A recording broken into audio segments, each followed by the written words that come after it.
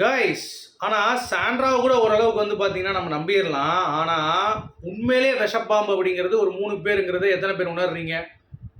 யாரு அப்படிங்கிறத பத்தி தான் அந்த வீடியோல பார்க்க போறோம். ஸோ வீடியோக்குள்ள போறதுக்கு முன்னாடி சேனல் புதுசா இருந்தீங்கன்னா கண்டிப்பா சப்ஸ்கிரைப் பண்ணிக்கோங்க. வீடியோ மறக்காம ஒரு லைக்க போட்டுக்கோங்க.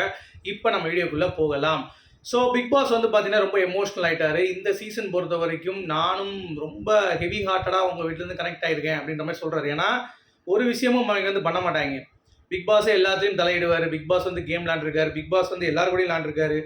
எந்த ஒரு சீசன்லயும் பிக் பாஸ் வந்து இவ்வளோ ஆக்டிவா இருந்ததே கிடையாது. ஏன்னா கண்டஸ்டன்ஸ் எல்லாம் கூமுட்டைங்க. ஓகேவா? ஒரு சில பேர் தான் கேம் ஆடினாங்க அப்படின்றதுனால இவரே வந்து சொல்ல மாதிரி சில விஷயங்கள் பண்ணிட்டு இருந்தனால அவர் கனெக்ட் ஆயிட்டாரு போல. இந்த சீசன்ல ரொம்ப ஹெவி ஹார்ட்டா இருக்குன்னு சொல்லிட்டு இது பண்ணாரு. அப்புறம் சோஷியல் மீடியால கமெண்ட்ஸ் வரும்ல, அதெல்லாம் வந்து நெகட்டிவிட்டி பரப்புறவங்க அவங்களுக்கு அதுதான் வேலை. சரியா? அத அவங்க பண்ணிட்டு இருக்காங்க. நீங்க உங்க வேலை ஒண்ணு இருக்குல்ல, அதெல்லாம் எதுவும் யோசிக்காம உங்க வேலையில கான்சன்ட்ரேட் பண்ணுங்க அப்படின்னு சொல்லிட்டு ரொம்ப பாசிட்டிவா சொன்னாரு. அதெல்லாம் ரொம்ப சூப்பரா இருந்தது. ஒவ்வொருத்தவங்களுக்கும் அட்வைஸ் ரொம்ப சிறப்பா பண்ணார். அமித்துக்கெல்லாம் வந்து எல்லா இடத்துலயும் ஆமாஞ்சாமி போடாதயா, வேணான்னா வேணான்னு சொல்லி பழகு. கனி யூ ஆர் சூப்பர் அப்படின்னு சொன்னாரு. ரம்யா வந்து கன்னடத்துல ஏதோ வந்து பாராட்டிட்டு இருந்தாரு. அப்சராவ நீங்க வந்து இன்னும் ஓப்பன் அப் ஆகணும் அப்படின்னு சொன்னாரு. இப்படியே உட்காந்துட்டு இருக்காதீங்கன்ட்டு. அந்த மாதிரி ஒவ்வொருத்தவங்களும் பிரவீன் ராஜ் வந்து பார்த்தீங்கன்னா, உன்னை பிலீவ் பண்ணு நீ நீ ஒரு ஆர்டிஸ்ட் அப்படின்ற மாதிரி.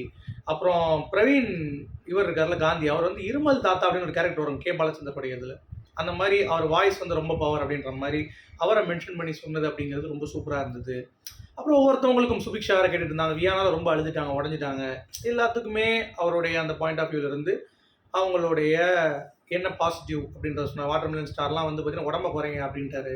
அந்த மாதிரி துஷார்லாம் நான் திருப்பி வரணும், உங்கள் வீட்டுக்கு வரேன் அப்படின்னாரு. எங்கள் வீடுன்னு சொல்லாது, எங்கள் வீடுன்னு சொல்லு, நம்ம வீடுன்னு சொல்லு அப்படின்ற மாதிரி சொன்னது.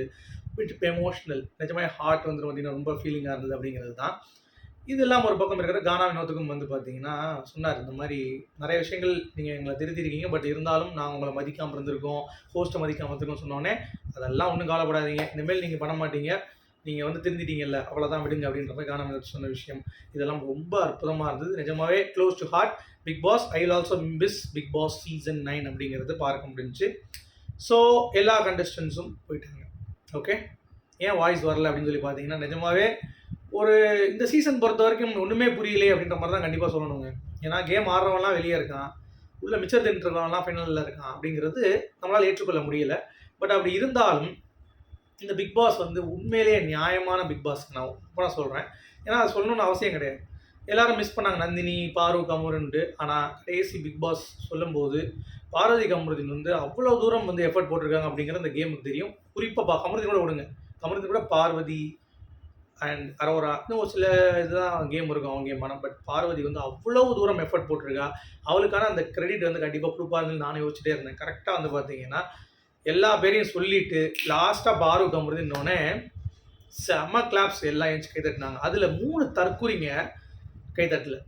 அதாவது கடமைக்குன்னு தட்டினாங்க. ஒன்று வந்து பார்த்தீங்கன்னா அரோரா மூதேவி, இன்னொன்று வந்து திவ்யா மூதேவி, இன்னொன்று வந்து பார்த்தீங்க அப்படின்னா நம்ம அமித் மூதேவி.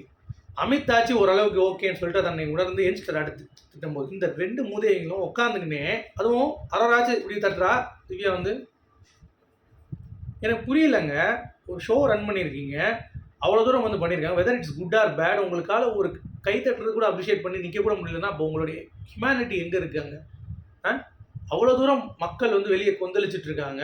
இந்த மாதிரி உண்மையாக இருக்கவங்க யாருமே உள்ளே இருக்க மாட்டாங்க, எல்லாம் ஃபேக்காக நடிச்சிட்டு இருக்கு அப்படின்னு சொல்லி இந்த பலூன்லாம் எவ்வளோ நடிப்பு. கமுதின் எனக்கு வந்து ரொம்ப பிடிக்கும்.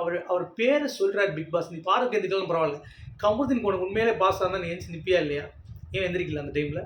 திவ்யா கணேஷ் அவ்வளோ பேசுகிறேன். கமுதினோட வாழ்க்கைக்கு எனக்கு வந்து ரொம்ப பிடிக்கும். எனக்கு அவர் வாழ்க்கை வந்து ரொம்ப நல்லா இருக்கணும், அவர் வாழ்க்கை வந்து வெளியே பார்வை இல்லாமல் நல்லா இருக்கும் அப்படி இப்படின்னு மூதேவி. இப்போ அவன் பேரை சொல்கிறான். நீ உண்மையிலே கோ ஆர்டிஸ்டாக இருந்தால் என்ன பண்ணணும்? எந்திரிச்சு சூப்பர் அப்படின்னு சொல்லி ஒரு தட்ட முடியாதவனால அமித் மாமா பால் டப்பா உன்னை எவ்வளோ தடவை விட்டு கொடுக்காம பேசியிருக்கான் அந்த பொண்ணு.